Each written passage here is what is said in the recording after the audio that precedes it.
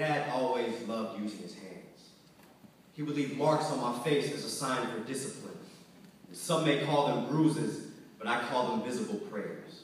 You see, my cheeks learned the lines on the inside of his palms like a roadmap to better behavior, but I was never good at following directions very well. See, when I was little, I took a piss in the garage because I was too lazy to go inside.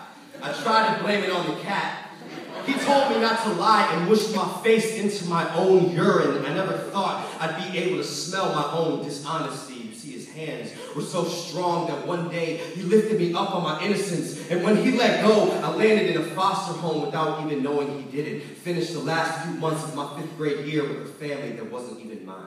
See, sometimes my emotions would explode like a gunshot, and I'd watch tears race each other down to my jawline because it felt like my heart and his English were the only thing we had in common, both broken like a record spinning the soundtrack to my family's harmony. But when I returned home that summer and things finally started to get back to normal, I was told that he was diagnosed with cancer, and I realized that things are just getting started. See, while he was in the hospital, his hair began to wear thin, like the line between discipline and abuse. My mother used to caress him like an instrument, plucking his hair strands like harp strings that were tired of playing love songs. The radiation showed in his gums. They began to bleed courageously like the stab wounds in Caesar's back. See, while he was in the army, he used to be a long-range rifle shooter. At one point, he was the best in Japan. He would practice with patience and precision back when his hands were controllable. He would always tell me before every single match, he would chant and recite in his head, "Katsu, katsu, zettai katsu, I will win no matter what, I will win." See, when I was sitting next to him on his hospital bed, I could have swore I saw the reflections of shooting targets in his eyes. His main aim was to live long enough to see his children succeed, but for some reason,